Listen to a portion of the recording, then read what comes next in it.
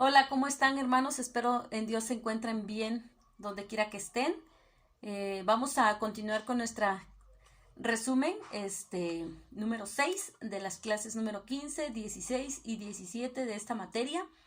Yo espero que les esté ayudando bastante, les esté ampliando el conocimiento.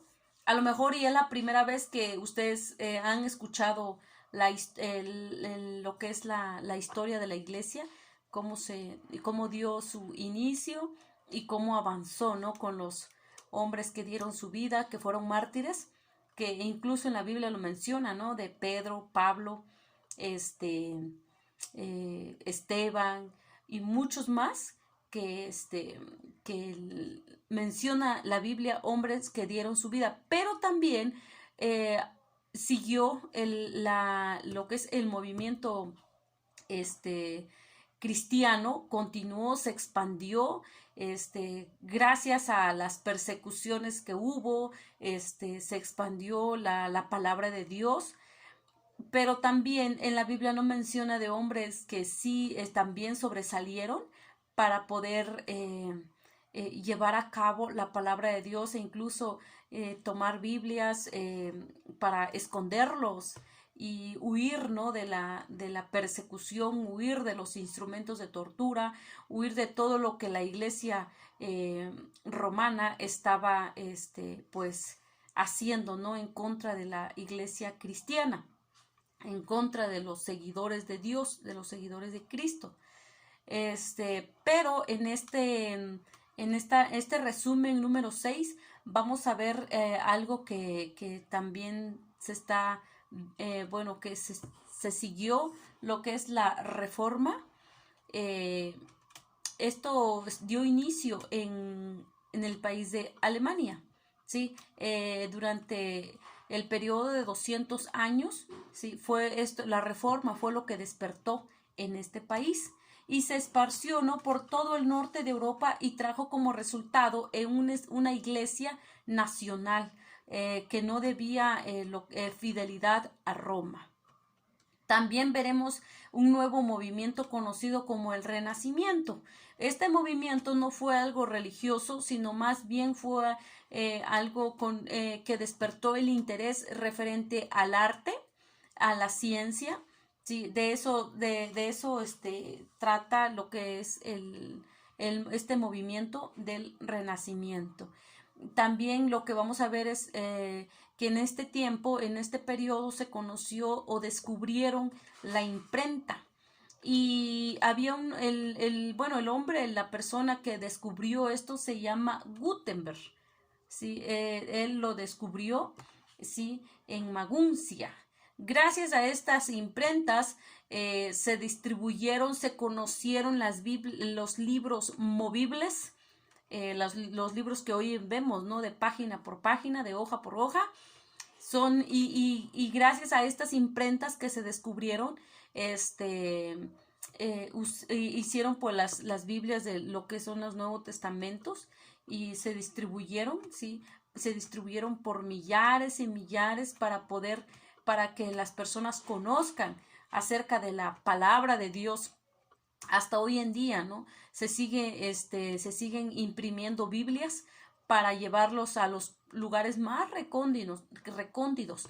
E incluso hay personas que a veces dicen, no, es que quizás en los ranchitos, en los lugares donde no entra transportes, donde no hay luz, donde lugares que están olvidados, a lo mejor ellos no conocen de la Biblia, ellos no conocen, no saben que existe Dios, no saben que existe una Biblia. Pero no es cierto, hermanos, porque la Biblia ya está, ¿cómo se dice?, distribuida en los lugares, así como les digo, más donde no hay civilización, podemos decirlo, pero ya está distribuida. Mucha gente ya conoce de la palabra de Dios. La diferencia está que no quieren recibir a Cristo Jesús, no quieren leer la Biblia. Por ejemplo, los católicos tienen su Biblia, pero ellos lo interpretan a su manera, ellos lo viven a su manera, pero la Biblia de Dios no es vivirlo a mi manera, es vivirlo a la manera como Dios quiere. Escudriñar la palabra de Dios y entender lo que dice la Biblia es a la manera como Dios nos los está indicando a la Biblia, no a nuestra manera, no a nuestra conveniencia. Y eso fue algo que empezó a causar fricción en la iglesia, todos los protestantes contra la iglesia católica. Entonces, gracias a esta imprenta y a este hombre, Gutenberg, que descubrió la imprenta y se pudieron expandir, ¿sí? Conocer lo que es el Nuevo Testamento. Y algo muy curioso, mientras que el espíritu de reformador e independencia estaba en Europa, en Alemania surgió algo muy, podemos decirlo que fue de parte de Dios. Dios usó a un hombre y fue quitado su ceguera espiritual, podemos decirlo así. Y este hombre, quizás ustedes ya lo han escuchado hablar, es Martín Lutero, este reformador. Este hombre fue un monje, sí, para hacerles, este hombre Dios lo usó para hacerles ver el error en la que la Iglesia Católica se encontraba. En el año 1505, él empezó a estudiar en la Universidad de Wittenberg. En el año de 1510, él va a visitar a la iglesia a la iglesia de Roma, ¿sí? Y él empieza a ver los errores, ¿no? De cómo trabaja la iglesia, cuáles son podemos decirlo, el error, todo lo malo, ¿no? Lo que a él no le pareció justo. Y algo con lo que él trabajó y con algo que a él le molestó mucho fueron las indulgencias. Entonces, en su visita en ese año, él censuró, ¿sí? Lo que son las bulas eclesiásticas. ¿Qué son esas? Lo que le acabo de repetir, las indulgencias. Son papeles, son certificados que conducían a los creyentes para firmar. Ellos firmaban y daban un pago para que el padre, el encargado, el papa, pudiera hacerles, pues ahora sí que decirles, ¿no? Que sus familiares que ya fallecieron pudieran salirse del purgatorio y llevarlos al cielo. Esas son las indulgencias. Yo creo que ustedes ya lo han escuchado, pero esa es una aberración, eso es algo, o sea, aquí el ser humano está tomando una autoridad que realmente no le corresponde. Entonces, Martín Lutero empezó a ver esos detalles, ¿no? Y ver que no es correcto, no le pareció, y él censuró estas bulas eclesiásticas, ¿sí? Pero el Papa León X, este hombre era el líder de la iglesia de San Pedro en Roma, y quería terminar, en él estaba la necesidad, o podemos decirle el plan de querer terminar la construcción de dicha iglesia, pero pues no tenían medios, no tenían pues el dinero, ¿no? Suficiente para terminarlo.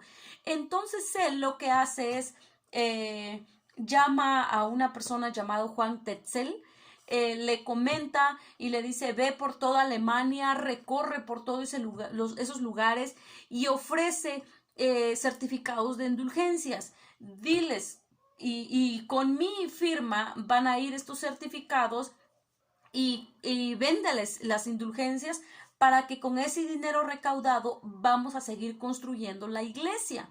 Entonces este hombre sale a ofrecer estos certificados, e incluso él decía que los muertos y los vivos se iban a salvar con el simple hecho de pagar, ¿no? Entonces, algo curioso, ¿no? De cómo la Iglesia Católica cree, y es algo que hasta hoy en día lo siguen creyendo, hasta hoy en día siguen pagando misas para que sus fieles difuntos, podemos decirlo así, salgan del purgatorio. Pero la Biblia no habla de eso.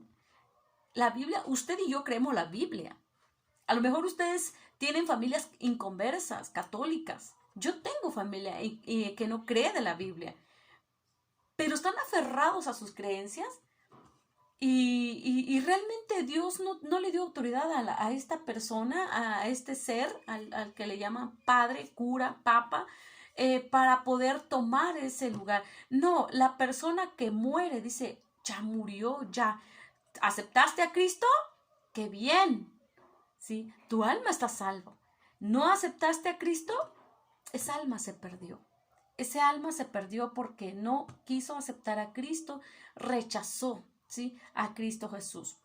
Entonces, este hombre, Juan Tetzel, iba por los lugares anunciando, vendiendo certificados de indulgencias, y él decía, tan pronto como suena tu moneda en el cofre, o sea, donde iba, hágase de cuenta como algo tipo esas latas que ocupan en los teletones, ¿se acuerdan el teletón? De esas de cuando tú das una monedita, una aportación. Yo me imagino algo así, ¿no? Dice él, tan pronto como su moneda suena en el cofre, el alma de sus amigos, dice, imagínese, de su familia o amigo, quien sea, ascenderá del purgatorio al cielo. O sea que si yo no pago, no hay forma, ¿no? Aquí la base, la clave es dando un dinero. ¿Se imaginan de qué manera está aumentando la Iglesia Católica? ¿Cómo están trabajando ellos? Todo esto es algo puramente, es un tráfico mercantil, podemos decirlo de esa manera, porque le están robando al pueblo, le están engañando al pueblo, es una mentira. Y eso fue lo que Martín Lutero descubrió y no le pareció. Y él empezó a ir en contra de la Iglesia Católica, en contra de las creencias de la Iglesia Católica. Él era un monje, él vivía, estaba ahí metido con las cosas católicas, pero él descubrió eso y él dijo, puso una hasta aquí, ¿sí? Y él dijo que no era correcto y él censuró estas bulas eclesiásticas, ¿sí? Lutero predicaba en contra de este hombre, de Juan Tetzel. Juan Tetzel, en cuanto tu dinero cae en el cofre, el alma de tu familiar va a descender del purgatorio al cielo. Y dice, y Martín Lutero predicaba en contra, ¿sí? Y su venta de indulgencias, denunciando abiertamente su enseñanza. Martín Lutero predicaba en contra de lo que Juan Tetzel estaba anunciando, engañando a la iglesia cristiana, a la iglesia católica, engañándolos. Entonces, lo que hacía, el trabajo que tomaba Martín Lutero es desengañarlos, hablarles con la verdad. La iglesia en varias ocasiones llamó a Lutero para que se retractara de sus ideas, según absurdas, ¿sí? Mas él, pues, nunca les hizo caso, él les hacía ver el error, les rechazó la autoridad del Papa y de los concilios, lo que es a los padres de las iglesias. Él rechazó esas enseñanzas. Él nunca se retractó. La iglesia quería que Martín Lutero pues se retractara y que pidiera perdón, mas sin embargo Lutero no lo hizo porque él estaba consciente, estaba seguro y estaba bien firme en lo que él había estudiado y él pudo ver el error de la iglesia contra la iglesia protestante, contra lo que dice la Biblia. Entonces, hermanos, ustedes están leyendo la Biblia y hay mucha gente que está cegada, que creen, se arrodillan ante una imagen, pagan para una misa y cuánto no cobra el cura. ¿Y qué dice Dios? ¿Qué dice la Biblia? Que nosotros una vez que nosotros hemos aceptado a Cristo, somos salvos por fe. Somos salvos por fe, dice. Entonces, yo acepté a Cristo, mi alma está salvo, yo tengo que permanecer en mi salvación para que cuando este cuerpo fallece, mi alma ya desde un principio le pertenece a Dios. Desde que yo lo acepté, le pertenece a Dios. Cuando este cuerpo deja de existir, mi alma se va al cielo, mi espíritu le pertenece a Dios. El cuerpo se hace polvo, se dispersa, ¿no?, en esta tierra, pero nuestra alma es lo más importante, es lo más importante. Entonces, nosotros no debemos de involucrarnos, ¿no? Y qué bueno que ustedes están también estudiando, están viendo estos errores de la Iglesia Católica, y para muchos que son feligreses, que son, eh, pues, eh, de hueso colorado, podemos decirlo, pues se molestan, pero está claro, la historia que estamos viendo nosotros, a este hombre, cómo lo sacaron del Vaticano, de la Iglesia Romana, despidieron, pero él sabía lo que estaba haciendo. Incluso conforme pasa el tiempo, Martín Lutero se esconde por un buen de tiempo para que le hagan daño o lo maten, y porque él estaba ya haciéndoles ver el error, ¿no? Abriéndole los ojos. Más sin embargo, pues ellos pensaban que pues estaba haciendo mal, ¿no? Martín Lutero, pero no fue así. Hablando de Martín Lutero, él llegó a ser el dirigente del movimiento religioso conocido como la Reforma Protestante. Llegó a ser el líder, ¿sí? Él lideró, ¿sí? Si ustedes tienen duda, él fue el líder de esta iglesia, de esta reforma, de la Reforma Protestante. Y algo muy importante, hermanos, yo quiero que ustedes lo conocen y se recuerda cada año. La fecha exacta, la fecha que se menciona, ¿sí? Que los historiadores fijan como el principio de la gran reforma, fue el 31 de octubre de 1517. 31 de octubre fue cuando se dio inicio, ¿no? La gran reforma. Gracias a Dios. Entonces se recuerda cada año. Eso fue cuando 31 de octubre de 1517. Esta reforma dio inicio en Alemania, pero con el paso del tiempo se empezó a expandir en otros países como son Italia, España, Francia, y en Suiza la reforma con el paso del tiempo se empezó a expandir, ¿sí? En otros países, en Suiza estuvo liderando un hombre llamado Ulrico Zwingli. Él estuvo liderando en Suiza en el año de 1517. La reforma siguió adelante, no retrocedió, avanzó, ¿sí? Gracias a Dios, ¿sí? Gracias a Dios, Dios tenía ahí personas que estaban trabajando para llevar a cabo la misión que Cristo dejó con los 120 hermanos, la iglesia primitiva. Pero se continuó, aunque el diablo quería estar parando la iglesia, no, al contrario, se estaba aumentando, ¿sí? La reforma siguió adelante y más tarde su líder llegó a ser Juan Calvino. Juan Calvino fue otro hombre también muy mencionado. Ustedes más adelante van a ver la biografía de Juan Calvino, quién fue él, ¿sí? El teólogo más grande de la iglesia. Los principios de la reforma se puede considerar en 5 religiones. ¿Cuáles son esos principios que está mencionando en cuanto a la iglesia, ¿sí? En cuanto a la reforma? Que la verdadera religión se funde en las escrituras.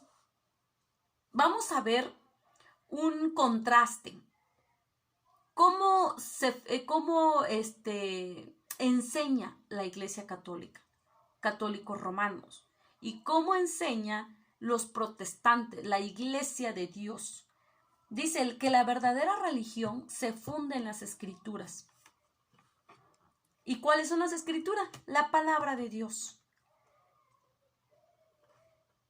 Que nuestra fe esté basada, que nuestro fundamento espiritual como hijos de Dios esté basado en la palabra de Dios.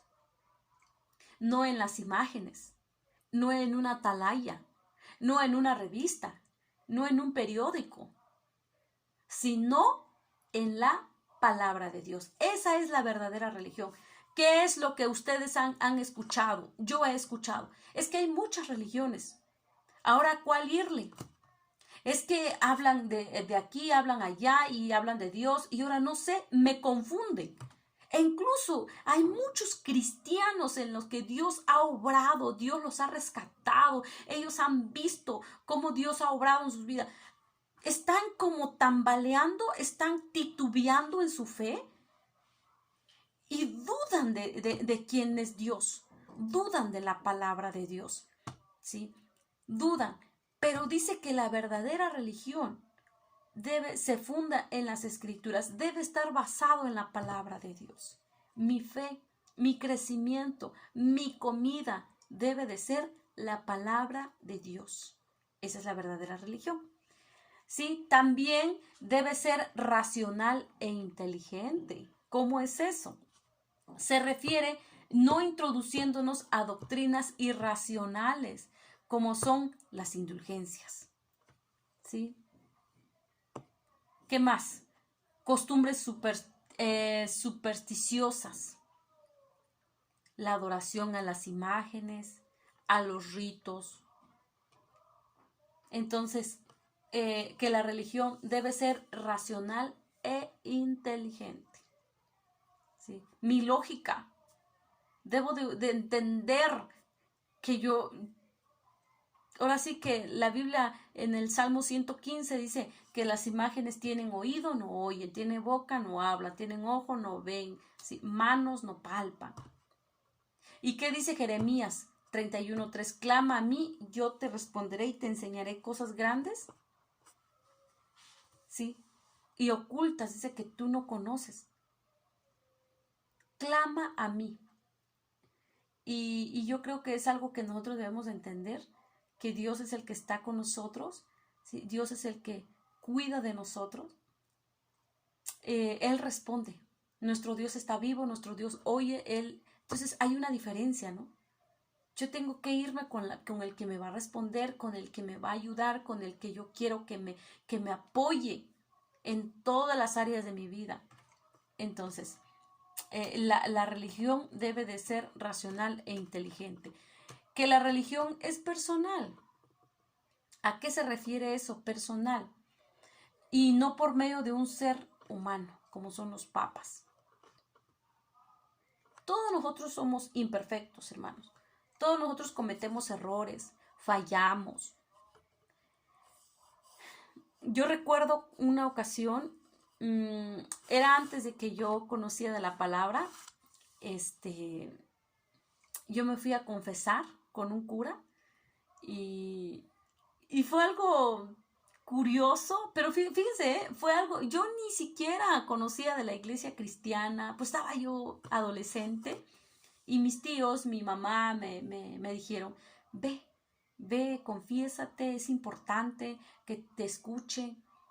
Y yo pensaba que eso era lo correcto, que eso estaba bien, porque yo lo veía con mis papás, que ellos se iban a confesar con el cura. Sabrá Dios qué tanto le decían. Y yo también, ay, pues niña, ¿qué podría yo, qué pecado, ¿no? Grave podía yo confesarle. Y yo le decía, no, pues es que le he fallado a mis papás y confieso esto. Y él, hasta ahorita me pongo a pensar y digo, pues también es ser humano, comete error, falla. Entonces, Dios no quiere eso. Dios no puso a esos hombres como intermediarios para poder llegar a Dios. Jesucristo es el único camino. Él es el camino, la verdad, la vida. A través de Jesucristo yo puedo llegar al Padre, pero yo debo de tener a Cristo en mi corazón. Yo debo de hablarlo, confesarlo. Te confieso, Jesús, te confieso que yo te he fallado, te confieso, te acepto en mi corazón como mi único y suficiente Salvador. Confesarlo, ¿sí? Que la religión es personal, mi salvación es personal. Mi salvación es personal. Yo no tengo que confesar mis fallas a un ser humano. Yo corro a Dios, yo le confieso a Dios, yo voy con Dios. Ahora, ojo, en las iglesias hay un hombre llamado pastor. Ustedes tienen a su pastor y yo tengo a mi pastor. Yo me acerco a él, le confieso, le platico. oramos juntos, ¿sí? Oramos, pero los dos vamos a Dios. Él no toma un lugar como de perfecto, ¿no?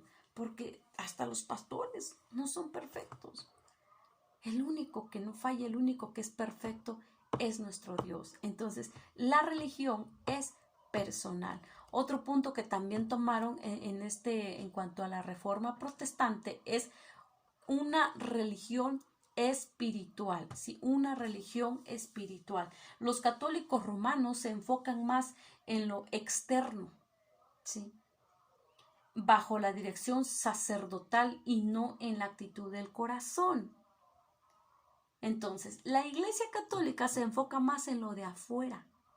Hago una obra, apoyo a una viuda, le doy de comer, le llevo pan, le llevo mucha comida a los niños huérfanos en la calle. Con eso ya estoy ganándome. Yo ya me estoy ganando para Cristo, para Dios. Están viendo lo que estoy haciendo. Pero no es por obras, es por fe. Claro, tenemos que trabajar, tenemos que apoyar, tenemos que ir a dar en un hospital, tenemos que, no sé, algún lugar donde Dios ustedes han ido, han sembrado. ¡Qué bien! Pero nosotros tenemos que, ¿sí?, guiarnos más por la fe, ¿sí? Por la fe. No es por obras, es por fe, es por gracia, dicen, ¿no? Yo tengo que buscar a Dios con fe, porque sé que mi fe me va a ayudar, mi fe me va a ayudar a crecer en todas las áreas de mi vida. Entonces, no es enfocarnos más en lo de afuera, sino es en lo de adentro, lo que hay en mi corazón, porque dice Mateo 12:34 que de la abundancia del corazón habla la boca. Lo que hay en mi corazón lo estoy reflejando quién soy y cómo soy. Entonces, aquí está el problema. Entonces, de lo interno, a Dios le interesa más nuestro corazón. A Dios quiere que nosotros nos enfoquemos más en lo interior para reflejarlo en lo exterior. Entonces, la iglesia, los católicos romanos se enfocan más en lo externo y no en lo interno. Por eso es que la religión debe ser espiritual y no material, no las cosas que vemos con estos ojos naturales, sino con los ojos espirituales. Los reformadores enfatizaban la salvación por la fe en Cristo, únicamente por la fe. Proclamaron que la justificación no es por formas y observancias externas, lo que les estaba diciendo, sino por la vida interna, la vida de Dios en el alma de los hombres. ¿Se dan cuenta? Una iglesia nacional diferente, una mundial, ¿sí? El propósito del papado y del sacerdocio fue subordinar el Estado a la iglesia y hacer que el papa ejerciera autoridad sobre todas las naciones. Donde quiera que el protestantismo triunfara, surgía una iglesia, nacional, gobernada por sí mismo e independiente de Roma. Estas iglesias nacionales asumían diferentes formas: episcopal en Inglaterra, presbiteriana en Escocia, algo mixta en todos los países del norte. Entonces, ese es el propósito, ¿no?, de la iglesia, el propósito del papa y del sacerdocio, ¿sí? Fue subordinar, dice, de la iglesia, del Estado a la iglesia. Algo que también vamos a ver nosotros en este resumen número 6 es quiénes fueron los líderes de esta reforma, ¿sí?, del periodo de la reforma. Los voy a mencionar rápidamente. Es Desiderio Erasmo, ese fue un líder, alguien que lideró en este tiempo, en este periodo. Ustedes en la plataforma lo van a ver más extenso, van a ver su biografía de estos líderes: Martín Lutero, Juan Calvino, Tomás Cranmer, Juan Queknos, San Francisco Javier. Fueron los hombres que lideraron, que llevaron a cabo esta reforma, ¿no?, la reforma protestante. Los que pues dieron también su vida y murieron mártires también, fueron los que hablaron de la palabra, los que se dieron cuenta, ¿no? Se dieron cuenta del engaño que la iglesia los tenía a todas estas personas, y ellos empezaron a hablar la verdad, empezaron a usar la Biblia como base de su enseñanza. Y la Biblia habla claro, hermanos, la Biblia habla claro. La Biblia dice que nosotros debemos de estar metidos en la palabra de Dios, conocer el corazón. La Biblia es el corazón de Dios, entonces si queremos conocer más a Dios, hay que conocer más la palabra de Dios, darle tiempo a lo que Dios está haciendo hoy en día. Y Dios quiere que su iglesia despierte, Dios quiere que su iglesia esté activa, porque como quizás ustedes lo han escuchado y lo hemos escuchado, Cristo ya no tarda en que venga por su iglesia. Bueno, muchas gracias, hermanos. Esto fue un pequeño resumen nada más de lo que ustedes van a ver en estas clases de esta semana. Y yo espero que se estén esforzando en estar estudiando esta materia. Gracias, que Dios les bendiga, y cualquier duda estoy para servirle. Pueden regalarme una llamada o mandarme un mensaje de WhatsApp. Gracias, que Dios les bendiga.